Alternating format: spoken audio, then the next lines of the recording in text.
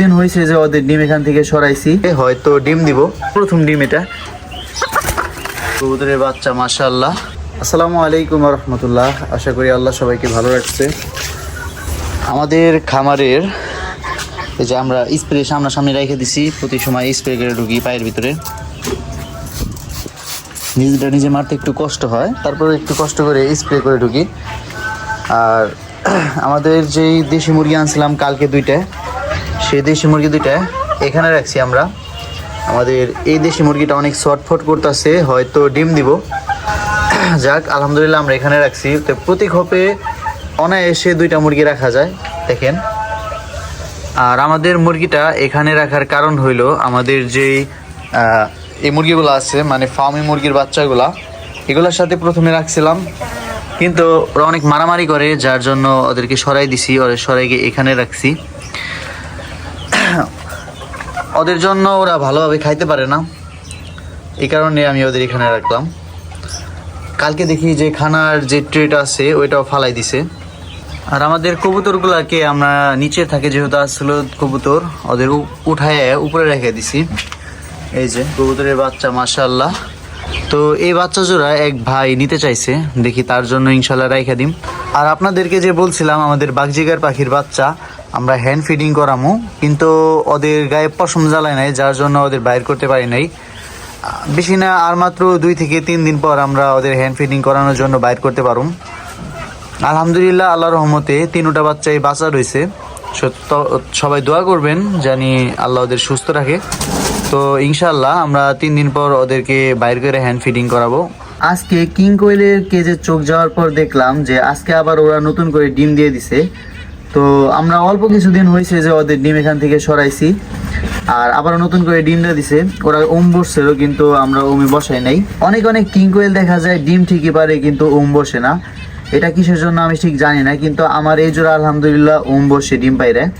আর ওদের ডিম সরানোর কারণ হইলো এই ফাঁকা আছে, এই ফাঁকা দিয়ে খাঁচার যে ফাঁকাগুলো দেখা যাইতেছে, এই ফাঁকা দিয়ে ওদের বাচ্চা হওয়ার পর বাইর হয়ে যায়। আর ওদের বাচ্চাগুলো কিন্তু ছোটকালে হওয়ার পরে অনেক দৌড়াদৌড়ি করে, যার জন্য আমরা ওদের ডিম সরাই দিছি।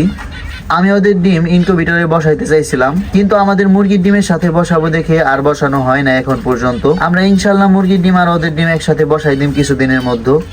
টিয়া পাখি দেখেন গোসল করার জন্য কিরকম করতেছে।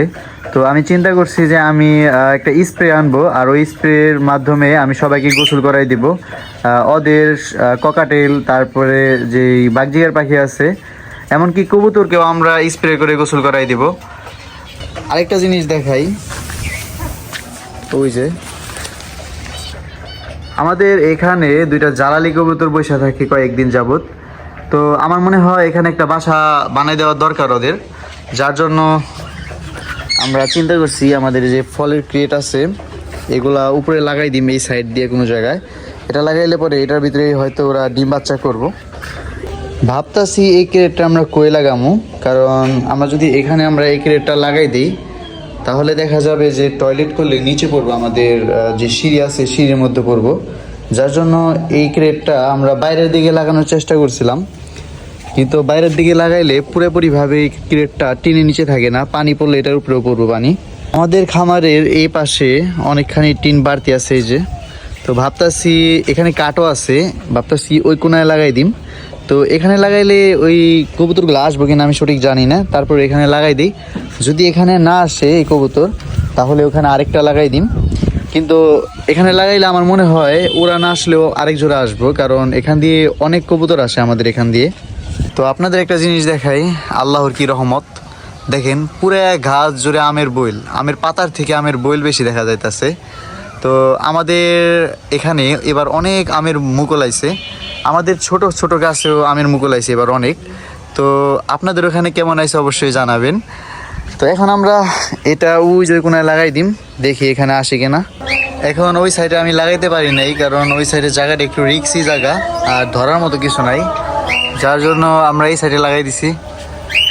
অনেক মজবুত হয়েছে, আর এই সাইডে জানি না যে কবুতর আসবো কিনা, তারপরও লাগাই দিছি। যাক মাশাআল্লাহ অনেক সুন্দর হয়েছে। তো এটার ভিতরে কিছু জাবা দিয়ে দিলে হয়তো আশা করে, যদি এখানে না আসে আমরা কিছু এখানে লাগাই দিব, এখানে একটা লাগাই দিব। তাহলে নিশ্চিত আসবো, কারণ ওরা থাকে ওই যে দেখা যায়, মাথা দেখাই ও কোনায়, অন্ধকারের জন্য ভালোভাবে দেখা যাইতেছে না। আজকে নামাজ পড়ে আসার পর আমি এরকমটা সারপ্রাইজ হোমো আমি তো নিজেও কল্পনাও করতে পারি নাই। দেখেন, এটা তো ডিম পাড়ে প্রতিদিনই, আলহামদুলিল্লাহ, আল্লাহর রহমতে। এই যে ডিমটা দেখাই, তো ওই ডিম পেড়ে রাখছে, যাক আলহামদুলিল্লাহ, ওই যেহেতু রেগুলার পারে। আমরা কালকে যে মুরগি দুটো আনছি, দেশি মুরগি, মাশাল্লাহ, এই যে আমাদের দেশি মুরগি, আমি ভাবতেও পারি নাই যে ওরা আজকে ডিম পারবো। এ দেখেন, হয়তো প্রথম ডিম এটা, দেখেন দেখেন মাশাল্লাহ, এটা মনে হয় আর প্রথম ডিম, এর আগে ওই ডিম পারে নাই, আজকে ফার্স্ট হইতে পারে। তো আমার যতটা ধারণা এই সাইডেটাই ডিম পারছে, মাশাল্লাহ। দেখেন, সবাই অবশ্যই মাশাল্লাহ বলবেন। তো কালকে আনলাম মুরগিটা, আজকে ডিম পাইরা দিছে। তো নামাজ পড়ে আসার পর দেখলাম ওদের পানি টানি খানা টানা কিছুই নাই, তো ওদের পানি টানি দিয়ে দিতে হইব এখন। দেখেন, ওদের এখান দিয়ে পুরো খাইলা হয়ে রয়েছে, তো ওদের পানি পরিষ্কার করে এখন দিয়ে দিব। আর আসলে নামাজ পড়ে আসার পর সারপ্রাইজ হয়ে গেলাম। যাই হোক, সবাই আমার পোষা পানির জন্য দোয়া করবেন। ভিডিওটা আজকের মতো এখানেই শেষ। আসসালামু আলাইকুম ওয়া রাহমাতুল্লাহ।